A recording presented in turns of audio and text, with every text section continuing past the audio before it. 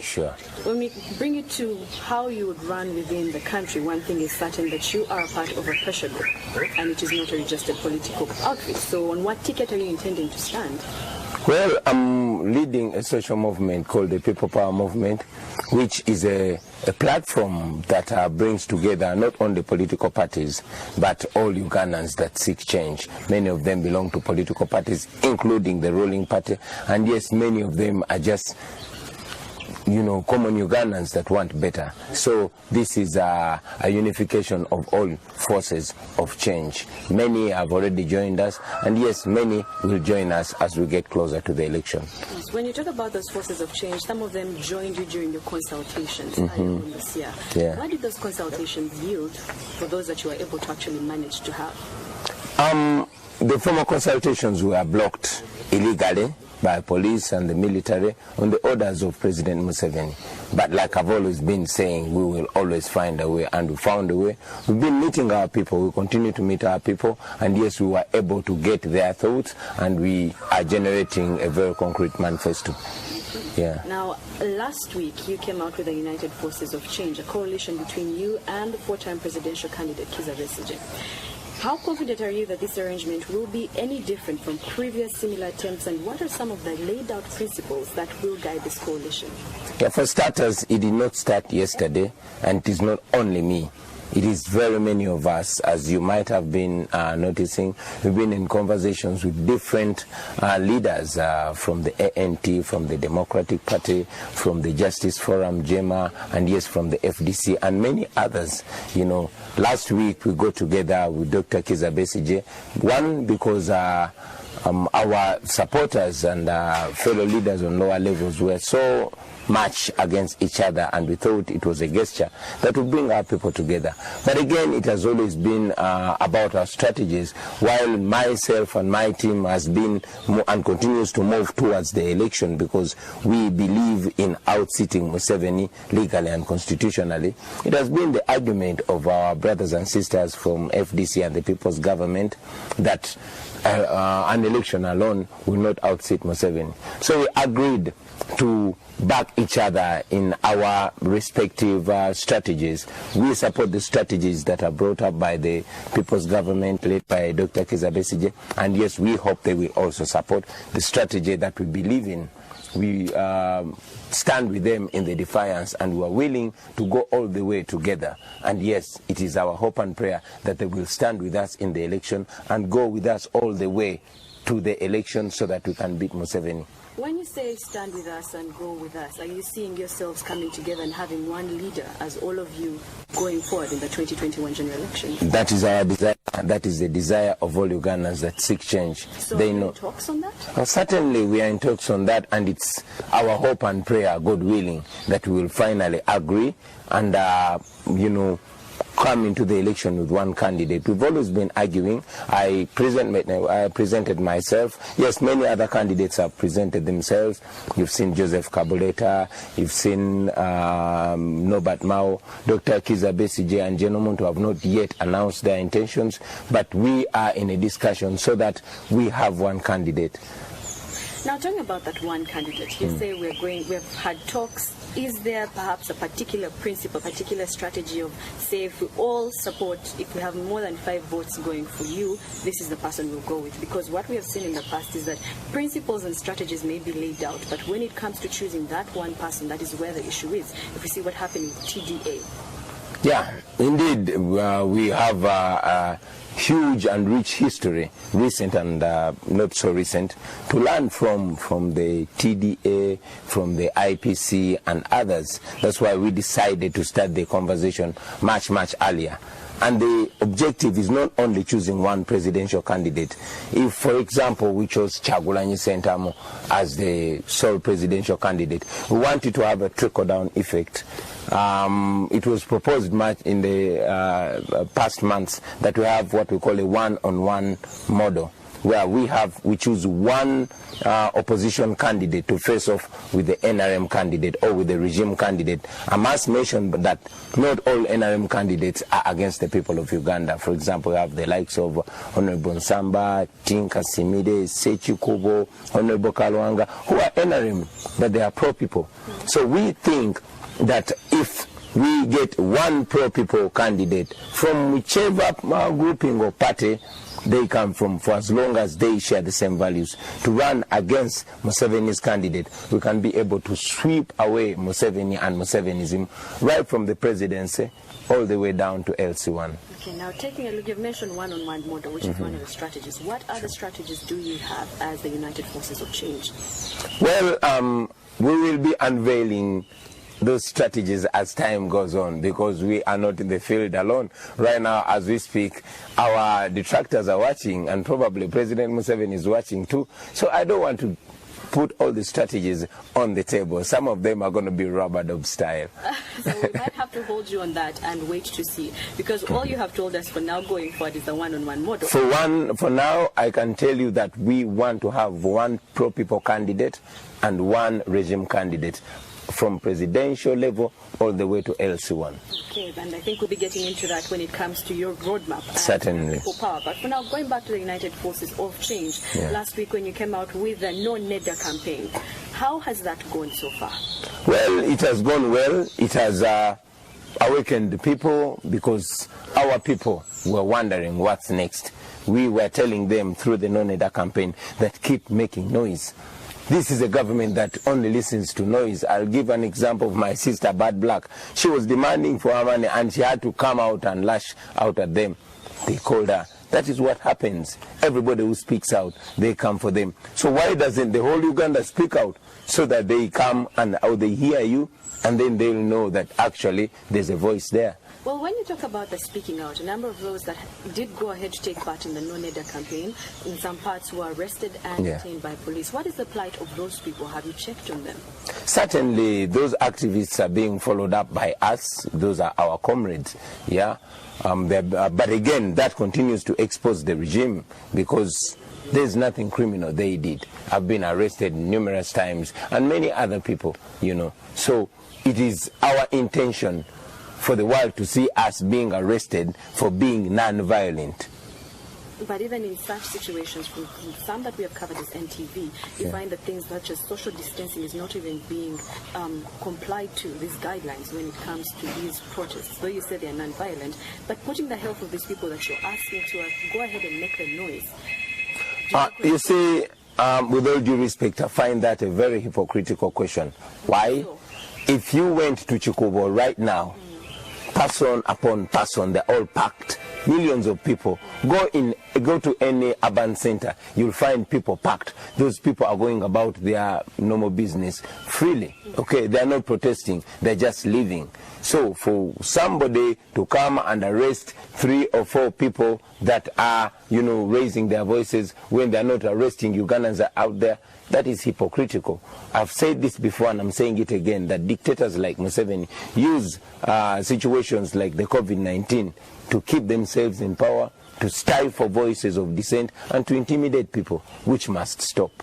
Yeah. Okay, now let's take it to the scientific elections. Taking a look at the roadmap that you as People Power have, or you as United Forces of Change, you could tell us which one that is.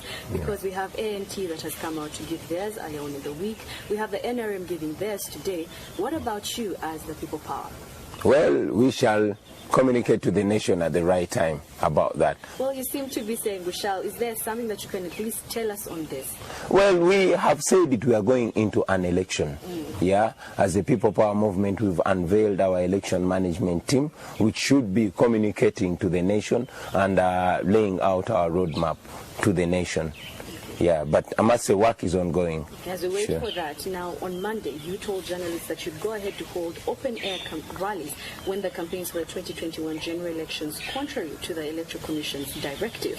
What are we going forward with if you're not taking into consideration the law and the health of the people that your supporters, that you want to support you in this election? I must say we are taking in consideration the law. It is the Electoral Commission, shamefully, that is not taking the law in consideration. The Electoral Commission went and met President Museveni, and he gave them orders. He is one of the candidates. We are running against him, but he calls the Electoral Commission, gives them orders, and they come and, read those illegal orders to us. We don't live by their directives. We live by the law, and the law provides for a normal election. A scientific election is not an election. No, it is not. What is it? What would you call that? It is a joke. It's a joke, because there's no way people are going to go to the polls to elect leaders that are going to determine the destiny of their lives, and these people are making an uninformed choice. Okay. That does not make sense. Now, so, if we take a look at a country like the US, where Donald Trump went ahead to some campaigns, and there was a surge in the cases, because one thing is for certain, we're not living in normal times. As a country and as a world, COVID-19 pandemic is actually present. Yes. So when you go ahead to say that you're willing to defy this and the lives of Ugandans are going to be put at stake, where does that leave you as a leader? Because sometimes as a leader, it's also for you to protect your electorate. Again, I'll say that sounds hypocritical, and I hope I don't sound rude. Why? So? I've said it before, that Museveni should not lie to Ugandans that this is done in respect to the lives of Ugandans. I am alive to the fact that the COVID-19 is here with us and it's not going away. And it's actually in times like this when Uganda desperately needs the right leadership, the leadership that will put in consideration the plight of the people and not the satisfaction of one person or one family. Now, you remember there was no COVID-19 when our consultations were blocked, or when our shows were personally blocked by Museveni. There was no COVID-19. Today, no single person has died in Uganda of the coronavirus, but so many people have been shot dead under the pretext of coronavirus. So much money has been stolen, the money that would have been used, especially in a time like this, to better our health care facilities. So we should not lie to ourselves that we are fighting the COVID-19. Like the joke has been going around that coronavirus started in China as a disease, went to America and Europe as politics, and came to Uganda as a business. This is a business. This is something that the Museveni regime is using, one, to enrich themselves, and two, to keep Ugandans in bondage. Of course, we consider the lives of our people, but I must also remind you that when something very important happens, people come out. You saw one black man was killed, but because it was a reflection of the oppression of 400 years, people came out in America, people came out in Europe, people came out in different cities of the world. Okay, right now as we speak, there was an election, and there's already a rerun in Malawi and other countries. These are normal elections.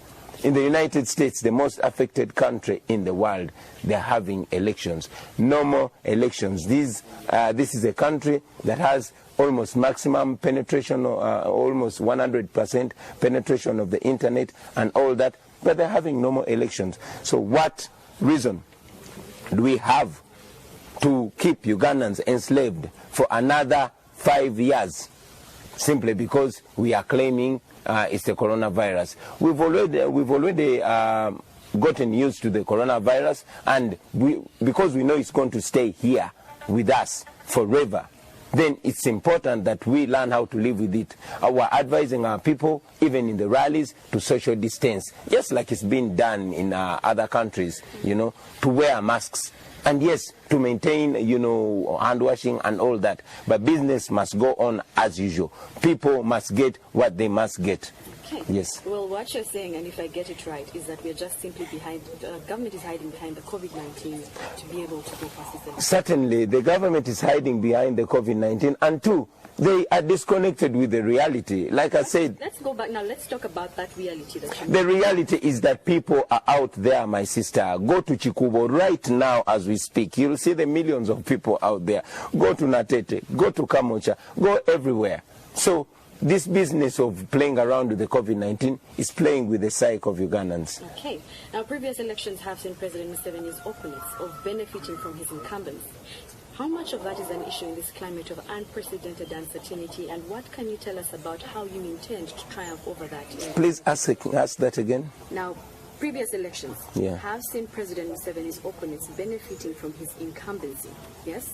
How much of that is an issue in this climate of unprecedented uncertainty, and what can you tell us about how you intend to triumph over that? Well, I fail to understand when you say President Museveni's opponents have benefited from his incumbency.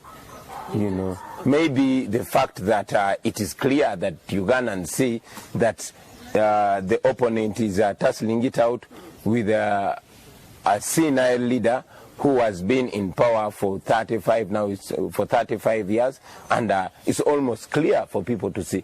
That's the only advantage, that whatever we are saying, people are already seeing. But again, I disagree with that notion that they are benefiting from that incumbency. Why? Because when you're running against Museveni, you're running against Uganda police, you're running against UPDF, you're running against Bank of Uganda, you're running against every state institution, because they're all captured and he's using them at will. So I don't see any advantage on that. So now, when you mention that, you've mentioned all that you'll be running against. How do you intend to triumph those? No, we have already triumphed. How so? We have been sensitizing our people all along. Those songs that I was singing, I was not just entertaining, I was edutaining people. This we have been doing all along, only that ultimately it required us to delve into it full swing. But we've been communicating to the people. And yes, today as we speak, the people of Uganda are very well sensitized. It's a question of kubaisa mogali, excuse my ghetto language, but we call that, it's a question of going through them one more lap. And that is exactly what Museveni fears. He fears the international community to see that it's clear that the people of Uganda are tired of Museveni.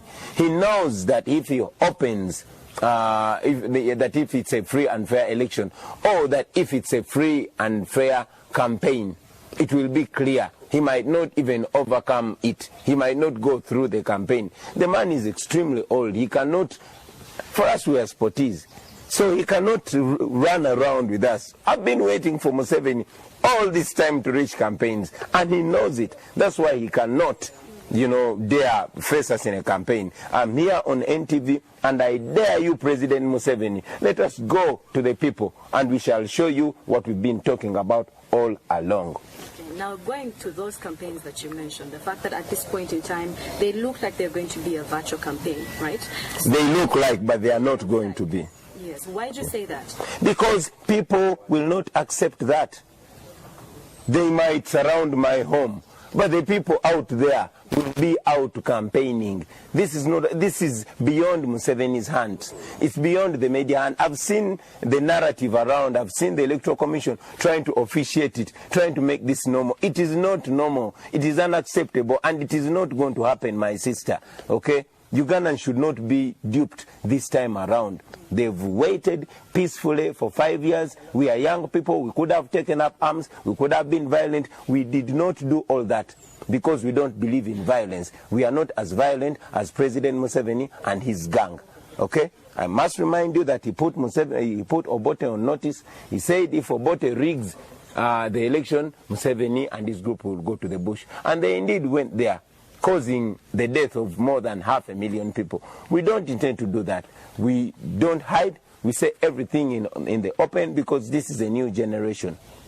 Yes. Now, speaking of the new generation, social media is expected to play a very crucial 2021 elections, because the generation you mentioned is on social media. Compared to the last one, this social media was in the forefront. Let's talk about the so-called fake news. How prepared are you to handle this? Because it's something that you have been surrounded by not once, not twice. And if we go this road, down this road, how prepared are you and your team? I'll talk about the social media first. It is such a shame that President Museveni and the proponents of his dictatorship have been claiming that we can, campaign on social media. This is the same person that got so scared of the voices that were being raised through the social media, since, of course, traditional media has been gagged. And that is why Museveni and his group put a tax on social media. The first time in the world, they don't own WhatsApp, they don't own Facebook, they don't own any social media platform, but they put a tax on it. So it's in Uganda where you buy your smartphone, you buy your data, and again, you have to pay tax to communicate. They're trying to gag people, they're trying to limit people. But like, talking about that limiting and that over-the-top tax, yeah. At some point you were at the forefront saying no to this yes. tax, yes? Yes. And I believe you have seen what is going on now with people saying if you're going to take us this route, perhaps you should have this tax taken off. Yeah. Do you think if we go down this road, you are going to be more vocal and perhaps ask government to take it off so that you can be able to reach your supporters on social media? My friend, we have been vocal about these things. They've not just started, okay? They've been happening all the time. Like I'm telling you, when these people took over our country in 1986 with the force of guns, they've been trying to subdue every voice and every avenue that is identified that connects people. They've been trying to block it as much as possible. And that is why we need to change the leadership. This OTT, the mobile money tax, the stealing of the money, these are just symptoms of a bigger problem. The bigger problem is a rotten regime. It's a dictatorship where only one person functions, where only one person has power, and that is what we must change. So before we get to the change that you require, you will need that vote. So just going back to that question, are you going to have plans to go ahead and find a way of getting this over-the-top tax taken off? We are not limited by the over-the-top tax because there was an intention why that tax was put on. Remember, I raised that matter in Parliament when COVID-19 had just started. I requested the government to at least suspend the social media tax so that people can be able to communicate, people can be able to receive and send information without, physical touch. But because this regime knows it has very intelligent people, unfortunately, these people have evil intelligence. They use their wisdom to oppress their own people. They did not answer that. Okay, social media continues to be taxed. That OTT tax, that OTT continues to function. Why? Because their intention is not to help Ugandans. You must get that. Their intention is to control Ugandans, and anything that helps Ugandans, they're not going to allow it happen. So you have to wait for your regime, say if you are voted in, to take this off, is what you're saying? To take off the task. Of course. In the first 100 days when I become president, all these stupid taxes will go. All those oppressive laws will go. Yeah. Well, we go on to something else when it comes to voting. Yeah. And maybe I'm sorry to dwell a little bit there. You were asking what we are going to do. Yes. Because we know all these other avenues are stifled. Our hope has always and continues to be with the people. So we shall reach the people. We shall go to the people. Now, going to the people in other places, televisions and radio stations, what are your thoughts on that and your experience when it comes to having these interviews? Forget TVs, forget radio stations, my sister. I will tell you that we have been blocked from radio stations from across the country. Leave alone the fact that radio stations are not enough, or even TV stations. For example, in the previous election, we had over 40,000 candidates. And considering the number of TV and radio stations, even if we were to go, campaigning on the media, each candidate will have less than 1 minute all through the campaign. And remember, some of them will have that 1 minute past midnight, maybe 3 a.m. Most of these radio and TV stations are owned by NRM apologists, by NRM ministers, MPs and politicians. But even those that are seemingly independent, they are blocked from hosting people like myself. Yesterday I was on TV and I was asking my brother, because I'm from here, but even our own radio station, I cannot be hosted on it. There's an order that I don't appear there since I became MP. So our hope is with the people of Uganda. Well, we're going to take a short break now, but when we return, we're going to be getting into that hope when it comes to the people of Uganda, your expectations on them as we get into the 2021 general elections. Keep it morning at NTV. Well, we are still in Magere, and we're still having the conversation with Honorable Robert Kyagulanyi. Now we're getting into the conversation when it comes to voters. Your current stand, Honorable, when it comes to the issue, guided by your team's understanding of the sort of voter you're intending to reach, is that it shouldn't be social media, it shouldn't be television sets, but it should be rallies, these campaigns, open-air campaigns. So tell me about that voter and the sort of message that you hope to get across, whether it's the physical rallies or if it's the virtual ones. Okay, now for starters, our means of communication has been reaching out to the people. This we've been doing, this I've been doing in Chadondo, even within COVID time, because we care about the lives of our people. And yes, we do the necessary to make sure there's social distancing and there's wearing of masks and everything. Like you rightly say, most of our people cannot even afford the luxury of having social media. Leave alone social media, they don't have the luxury of having TVs or radio stations, or even, you know, the percentage of power coverage in our country. And our most ardent supporters are the common people, the lowest citizens. You know, those ones must not be denied the communication. They must not be denied the message reaching them. Yeah. So is the message going to be through music, as you have always done it? Well, it's going to be through all ways. What are those ways? Through music, of course, like you mentioned, but also through, public meetings. We meet our people, observe social distancing, give them a message, and that message will go on. Because we don't have access to radio stations, we are deliberately being targeted and blocked from radio stations, so we do it another way. Okay. Now, on that voter, the voter apathy has increasingly been an issue, not just in Ugandan elections, but elsewhere in the continent. As we sign off, what message do you have for that voter that might not see the whole point of participation in an election, let alone one that is already undergoing serious rearrangement of the hands when it comes to this pandemic? Well, voter apathy is not our problem anymore. We've spent 3 years sensitizing our people, calling them to get involved. What brought me was primarily that, to remind people that this is their country and their vote is their gun, is their weapon. So our people are ready. Remember, we've spent a very long time calling upon Ugandans, especially young people, to register as voters. And you've seen a surge in a number of registered voters. And that is exactly what the regime fears. They know people are ready to vote. So this that we are doing is just a last round of going through them, preparing them. Okay.